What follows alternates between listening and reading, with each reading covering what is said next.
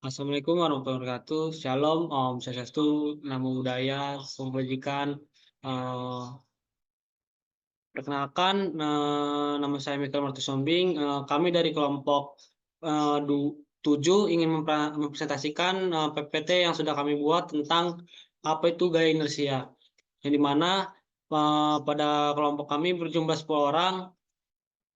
Yang pertama ada Muhammad Maesa, kedua ada Muhammad Abdul Azim, ketiga ada Ahmad Al-Ghifari, keempat ada Aditya Putra Permadi, yang kelima ada Dimas Anugrah, yang keenam ada Rahmat Sakir, ada Bima Wahyu, ada Erlangga, ada Fawas, dan juga saya sendiri.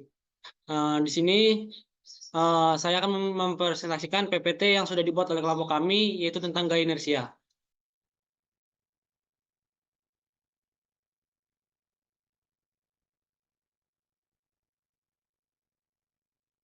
Oke, langsung saja ke materinya. Yang pertama akan dibacakan oleh teman saya, yaitu Dimas.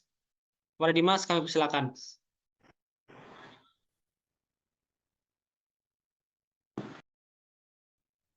Pengenangan gaya inersia. Gaya inersia dapat keanganan suatu objek untuk mengubah keadaan gerak atau berhenti. Sifat ini bergantung pada jumlah penyebab utama mengapa objek tetap bergerak dengan kecepatan konstan atau diam dalam keadaan rehat.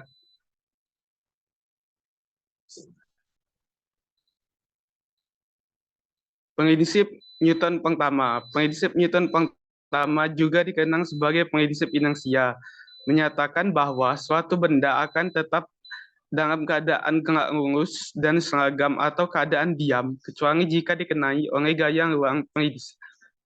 Prinsip ini mencakup konsep gaya inersia.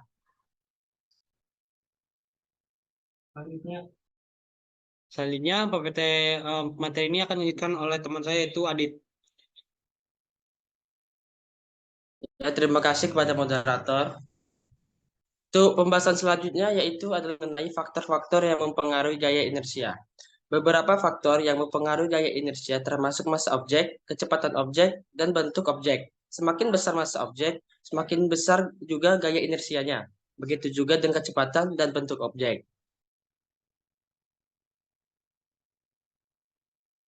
Selanjutnya itu gaya inersia dalam kehidupan harian.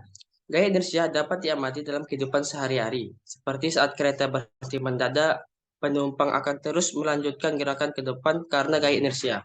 Begitu juga ketika menggiring bola dalam permainan sepak bola, gaya inersia membuat bola terus bergerak. Sekian pembahasan yang dapat saya sampaikan. Untuk selanjutnya saya kembalikan kepada moderator. Oke, terima kasih kepada Adit. Selanjutnya, materi ke-6 akan dibacakan oleh teman saya, yaitu Bima. Pada Bima, kami persilakan. Baiklah, terima kasih moderator. Perbedaan antara gaya inersia dan gaya gravitasi. Gaya inersia adalah sifat keengganan objek untuk berubah keadaan gerak atau rehat. Sementara gaya gravitasi adalah daya tarikan antara dua objek yang memiliki massa. Meskipun berbeda, kedua gaya ini memainkan peran penting dalam fisika.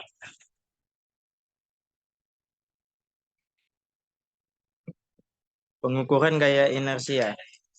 Gaya inersia dapat diukur menggunakan metode percobaan dan analisis, di mana objek bergerak dalam garis lurus tanpa adanya gaya luar.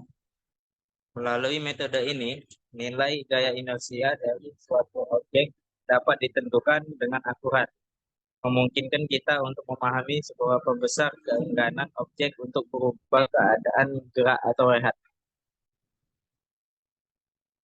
Baik, terima kasih kepada Bima telah membacakan PPT dari slide 6 sampai 7. Selanjutnya, materi akan disampaikan oleh teman saya, yaitu Amar. Kepada Amar, kami persilakan.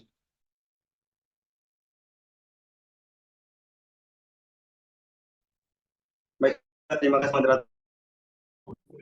Aplikasi gaya inersia dalam teknologi. Gaya inersia memainkan peranan penting dalam teknologi seperti dalam kendaraan bertenaga, robotik, dan pemrosesan data.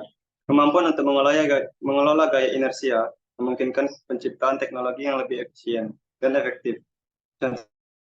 Dalam kendaraan bertenaga, sistem kawalan keseimbangan dan pemanduan dapat dirancang dengan mempertimbangkan gaya inersia untuk menjaga kendaraan tetap stabil dan responsif. Di bidang robotik, pengaturan gaya inersia dapat membantu robot bergerak dengan lebih tepat dan menghindari tabrakan. Selain itu, dalam pemrosesan data, teknologi penyimpanan dan pemindahan data harus mempertimbangkan gaya inersia untuk memastikan keandalan dan kinerja optimal.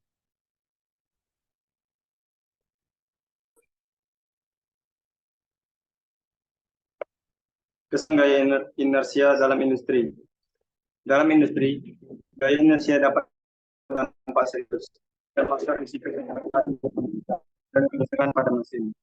Pemahaman yang baik tentang gaya inersia memungkinkan pengembangan prosedur keselamatan efektif dan desain mesin yang lebih tahan lama.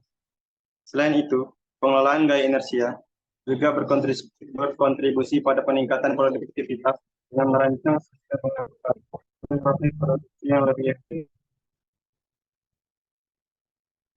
Baik, terima kasih pada Amar telah mempresentasikan materi yang sudah dijabarkan tadi. Selanjutnya akan dijelaskan oleh kawan saya yaitu Rahmat. Pada Rahmat, kami silakan.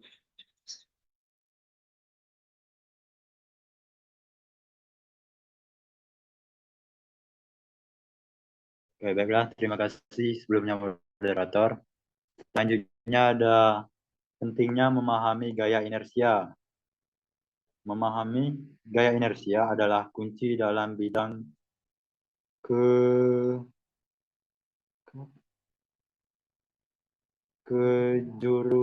kejuruteraan, sains, dan teknologi.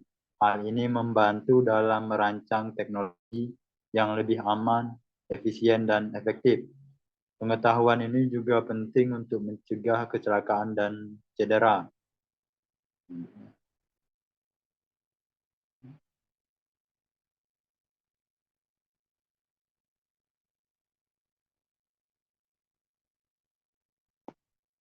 Selanjutnya ada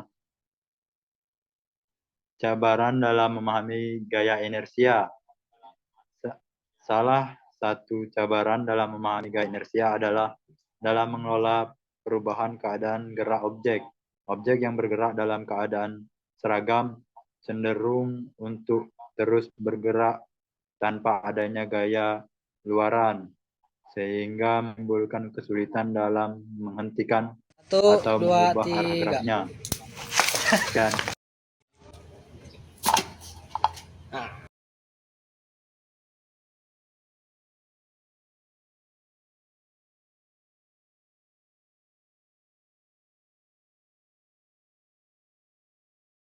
kembali ke moderator.